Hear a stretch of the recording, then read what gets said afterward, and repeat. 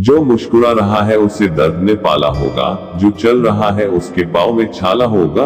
बिना संघर्ष के इंसान चमक नहीं सकता, जो जलेगा उसी दिए में उजाला होगा। संघर्ष क्यों बचे संघर्ष से? संघर्ष ही तो जीवन की आत्मा है। जितना कठिन संघर्ष होगा उतनी ही शानदार जीत होगी। एक बार एक किसान भगवान से बहुत ही नाराज हो गया।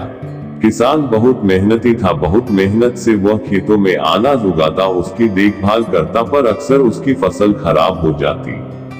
कभी सूखा पड़ जाता, कभी बाढ़ आ जाती, कभी तेज धूप, कभी आंधी, कोई न कोई कारण बन ही जाता कि उसकी फसल खराब हो जाती। एक दिन वह किसान गुस्से में आसमान की ओर देखकर भगवान से कहा, हे ईश्वर, आपको लोग सर्वज्ञता मानते हैं कि आप सब जानते हैं, कहते हैं कि आपके इच्छा के बिना एक भी पत्ता नहीं हिलता, पर मुझे तो लगता है कि आप छोटी सी छोटी बात भी नहीं जानते। आपको तो ये भी नहीं पता कि खेती बाड़ी कैसे करते हैं। अगर आप जानते होते तो हर समय जो बाढ़, आंधी और तूफान आते हैं वो कभी नहीं आते। आप नहीं जानते कि कितना नुकसान उठाना पड़ता है हम किसानों को। यदि आप मेरे हाथ में ये शक्ति दे दे कि जैसा मैं चाहूँ वैसा मैं मौज कर दूं, फिर आप देखना मैं अन्य के भंडार लगा दूंगा।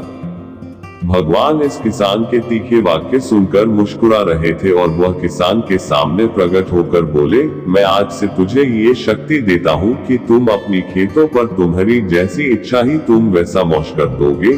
मैं बिल्कुल भी दखल नहीं दूंगा, तुम्हारी इच्छा से सब कुछ होगा। किसान बहुत खुश हो गया। किसान ने गेहूं की फसल अपने खेतों में बोई।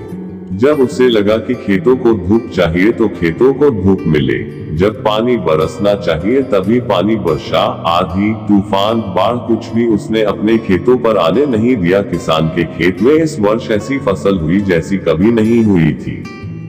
हरी भरी लहलहाती फसल। मन ही मन वह बहुत खुश हो गया और सोचने लगा, अब सबूत के साथ दिखाऊंगा भगवान को कि इसे कहते हैं शक्ति का सही उपयोग। मेरी सफलता देखकर उन्हें अपने नियम जरूर बदलने पड़ेंगे। कुछ दिन गुजरे, फसल कटने को तैयार हो गए। किसान बहुत उत्सुकता के साथ फसल को काटने लगा, पर जैसे ही उसकी नजर गेहूं की बालियों पर गया तो उसने अपना सिर पीट लिया और वह रोने चिल्लाने लगा।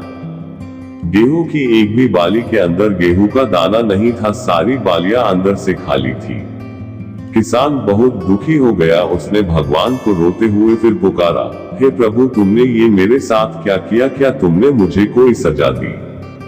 भगवान बोले, पुत्र, ये तो होना ही था। तुमने पौधों को संघर्ष करने का मौका ही कहाँ दिया? ना तो तुमने उन्हें आंधियों से जूझने दिया, ना तेज बारिश से सहने दिया और ना ही धूप में तपने दिया। एक भी चुनौती का सामना तुमने उन्हें नहीं करने दिया, इसीलिए सारे पौधे अंदर से खोखले रह गए।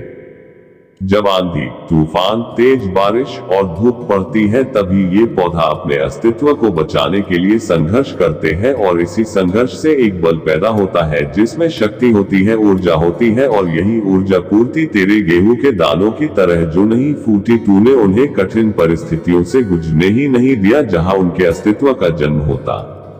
सारे बालियां इसलिए खाली है, इसमें एक भी गेहूं का दाना इसलिए नहीं है क्योंकि तुमने अपने पौधों को संघर्ष कराया ही नहीं। याद रखिए, स्वर्ण में सवर्णीय आभा तभी आती है जब वह आग में तपने, गलने और हथौड़े से पीटने जैसे संघर्षों से गुजरता है। कोयले का टुकड़ा हीरा तभी बनता है जब वह उच्च दाब और उच्च ताप की मुश्किल परिस्थितियों से गुजरता है। इसी तरह यदि हमारी जिंदगी में कोई संघर्ष ही ना हो, कोई चुनौती ही ना हो, तो हम भी गेहूं की बालियों की तरह खोखले रह जाएंगे, कोई अस्तित्व नहीं होगा हमारा। विपरीत परिस्थितियां, चुनौतियां, समस्याएं हमें और अधिक निखारती है। यदि जीवन में कठिन परिस्थितियां और चुनौतियां आए तो घबराना मत, बल्कि सामना करना। विश्वास करना कि आप और अधिक निखर जाओगे और अधिक मजबूत बन जाओगे।